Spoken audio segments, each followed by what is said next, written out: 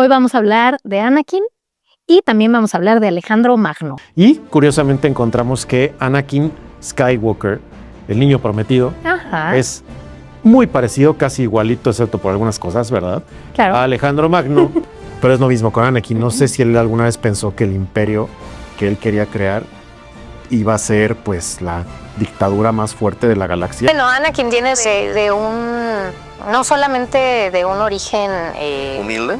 pero no solo humilde, viene de la esclavitud. ¿Tenían orientaciones distintas? Una orientación sexual diferente, cabe aclarar.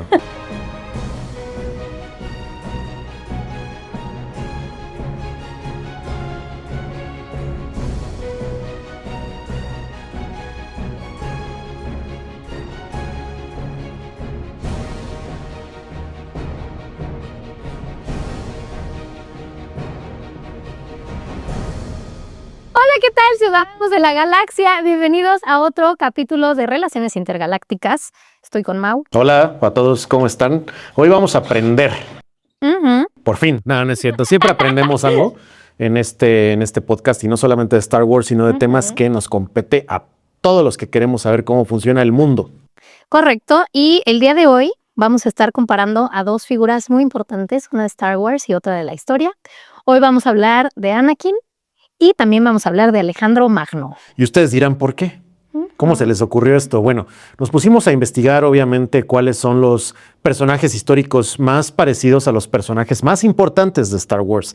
Y, curiosamente, encontramos que Anakin Skywalker, el niño prometido, es muy parecido, casi igualito, excepto por algunas cosas, ¿verdad?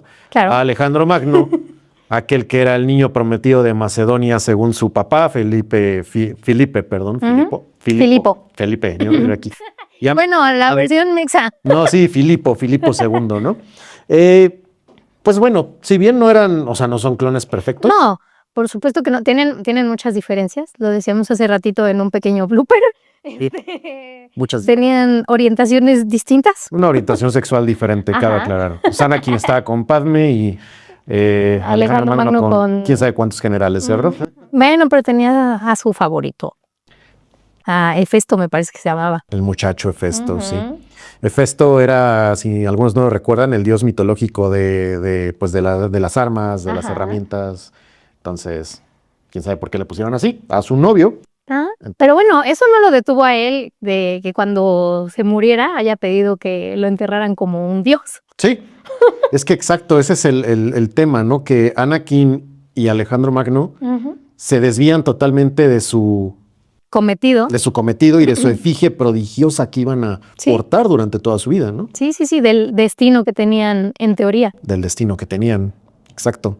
Anakin, pues como sabemos, se vuelve Darth Vader en este giro de traiciones y de hechos derivado del miedo que tenía.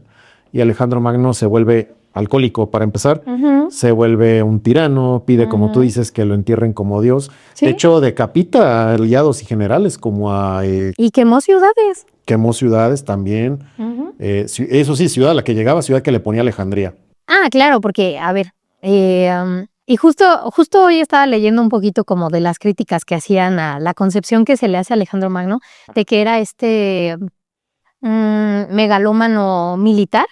Y sí, pero justo lo que vamos a ver hoy es que era mucho más que eso, igual que Anakin, ¿no? Que no lo podemos reducir a una mente brillante en temas militares. Sí, claro. Y hay una leyenda que habla de cómo Julio César llega a ver el sarcófago de Alejandro Magno. Julio César, el emperador romano, ¿no? Y dice, ¿cómo quisiera yo a estos 30 años que tengo haber cumplido, aunque sea la mitad de lo que cumplió Alejandro Magno? Julio César. Sí. ¿No? O sea, no cualquier personaje histórico, ¿no? Es similar entonces al mito que tenía Anakin de que cuando lo descubren que es este gran piloto en Tatooine, este niño que tiene más midichlorianos que el maestro Yoda. Sí. ¿Te acuerdas? Sí. Y pues va la leyenda de boca en boca de que es el niño prometido, se la pasa acompañado de Padme Amidala, familia súper influyente en la galaxia. Y la verdad es que hay muchas cosas muy interesantes en ese tema y creo que ahorita diste en el clavo cuando mencionaste Tatooine y el origen de Anakin, ¿no?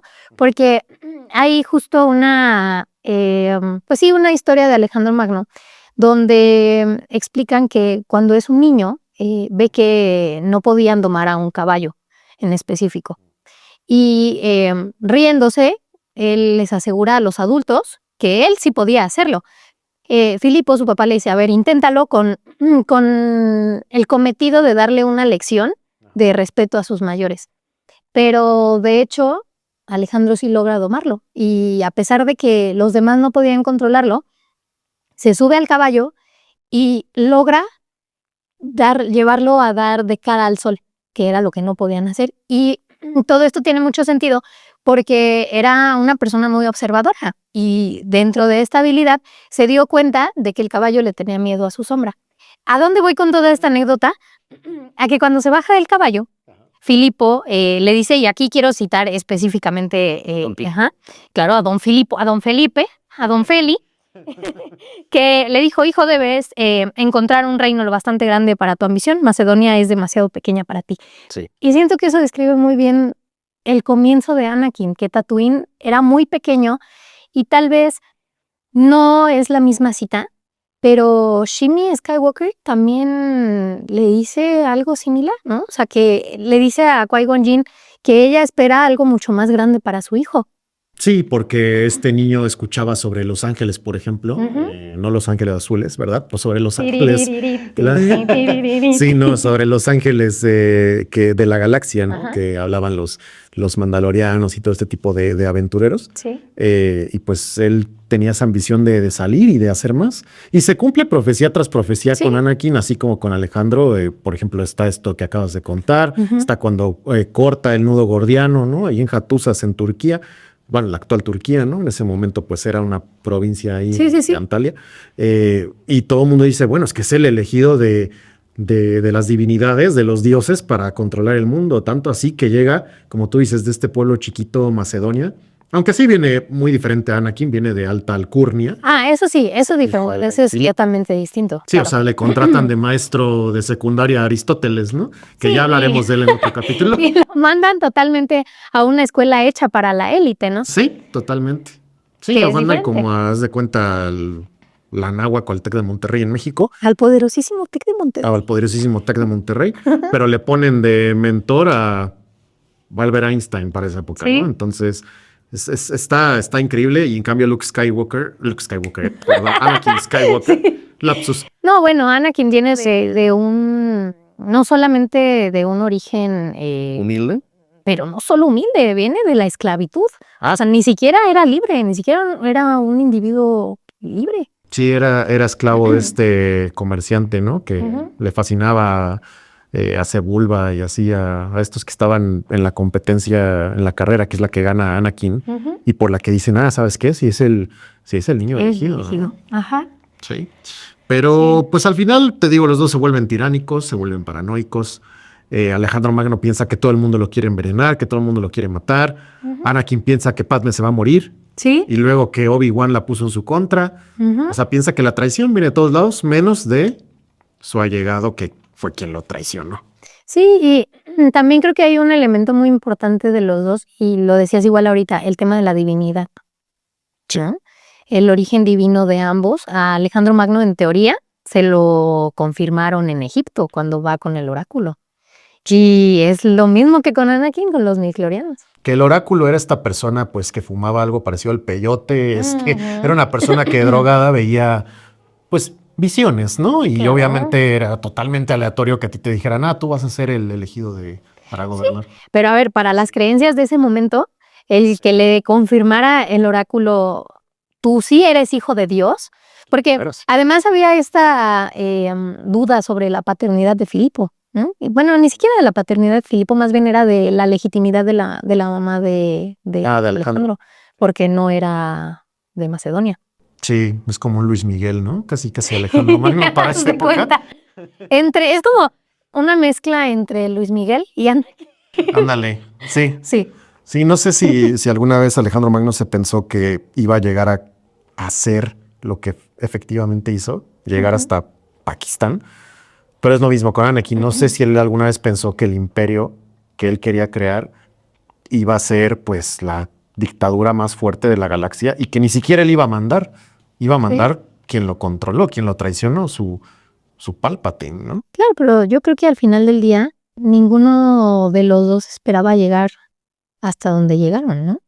que era, no sé. Sí, no, o sea, lo tenían como una visión, obviamente, pero lo veían difícil. O sea, no lo veían como algo, vaya, que iba a ser. Pero aparte yo creo que fue todo hecho por medio de esta necesidad de construirse un perfil heroico. Ah, sí, totalmente. De ambas partes, ¿eh? Porque sabemos que a Anakin le gustaba convertirse en un héroe y a él no le interesaba si tenía que matar a alguien para de todas formas liberar. ¿Sabes que eso incluso iba en contra del código Jedi y ta, ta, ta? Como el Conde Dooku. Ajá. O hay también un momento donde está con Obi-Wan y... ¿Cómo se llama esta chica? No. Cabello rubio, supuesta novia de Obi-Wan, Ay, se me olvidó su nombre por completo. con unos aquí como flores muy hermosas. Sí, ya. ¿Sabemos de quién estamos hablando? En postproducción vamos a poner el nombre y la foto, ¿ok? Pero con ella, y hay un momento en el que se hace este debate, ¿no? A Obi-Wan le dicen algo así como tú eres un Jedi y no puedes matar a nadie. ¿Y qué vas a hacer? Y tú, le dicen a ella, y tú que predicas la paz, no sé qué, a ver, este es un dilema ético para... Y atrás aparece Anakin que lo acaba de matar, ¿no? Y a él que le da igual. Sí. Para él no hay dilemas éticos. Y lo mismo lo podemos ver con Alejandro Magno y todas las batallas en las que estuvo involucrado, ¿no?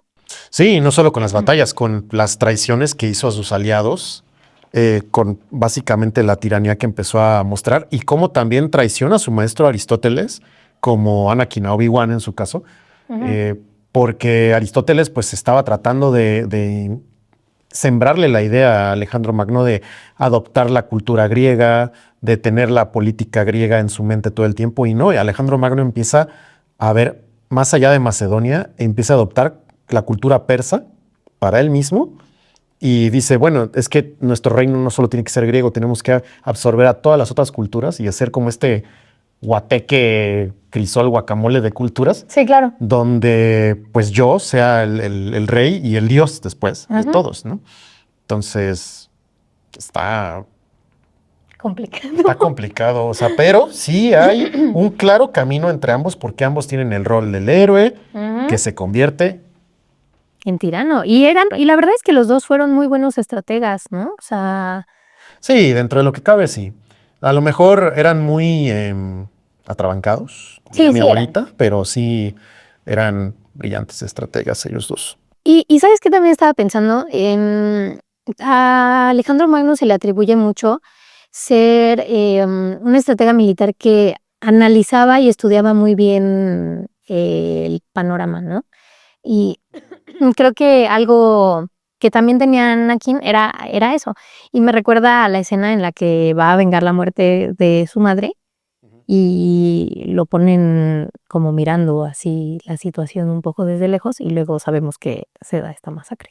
Sí, se da totalmente. Y pues ya como para ir concluyendo un poquito el episodio de hoy, básicamente nos muestra una vez más Star Wars y lo vamos a seguir viendo en otros capítulos, cómo se basa en personajes históricos, en cosas que sí pasaron en el mundo real y nos ayuda a comprenderlas para no pensar, ay, yo para aprender de historia es aburridísimo, ¿no? Tengo que ponerme a leer un montón. No, o sea, sí, idealmente, ¿no? Sí, de forma idónea, sí. Pero no tienes que ser historiador para entender algunas cosas No. que Star Wars te ayuda. Y lo cierto es que también nos ayuda a interesarnos un poquito más, ¿no? Entonces, tal vez si a ti que estás viendo esto te cuesta trabajo poner atención en tus clases de historia, no te interesa, piensas que esto pasó hace mucho tiempo, pues trata de verlo desde otro punto de vista que sí te interese, ¿no? Y tal vez estas comparaciones nos sirven como un punto de partida para comprender mejor el contexto del mundo y la historia también del mundo. Sí, ahí está, al final la historia es chisme y nos ayuda Star Wars a entenderlo. Y, muy importante, se repite y nos ayuda a entender también hacia dónde puede ir el mundo si vemos claras red flags o green flags, claras señales de que algo bueno o malo va a pasar, ¿no? Y antes de cerrar, nada más, quiero que me digas si esto describe a Anakin o no. Es una sola oración. Si esto describe a Anakin o no. Ajá, o si describe a Alejandro. Ay, ya le estoy pegando yo Ok. otra vez al micrófono. A ver. Al ser, ay, no puedo hablar. Lo mismo me pasó en el episodio pasado, qué horrible. Al ser herido, señaló la sangre no es de Dios o de elegido, ¿ok? Es una persona que está tratando de demostrar que no es un enviado divino. Anakin o Alejandro Magno. Alejandro Magno. Sí, correcto. Totalmente. Porque para Anakin el dios o la divinidad era la fuerza, ¿no? La fuerza que penetra todas las cosas en el universo. Bueno, era opción múltiple. Era o Dios o el elegido. Ah, pero bueno, sí. No, pero sí suena totalmente a que Alejandro Magno en sus sueños guajiros estuvo ahí. Sí. Muy cierto. Muy bien. Pues concluimos por hoy. Sí, nos vemos en el siguiente episodio de Relaciones Intergalácticas. Adiós.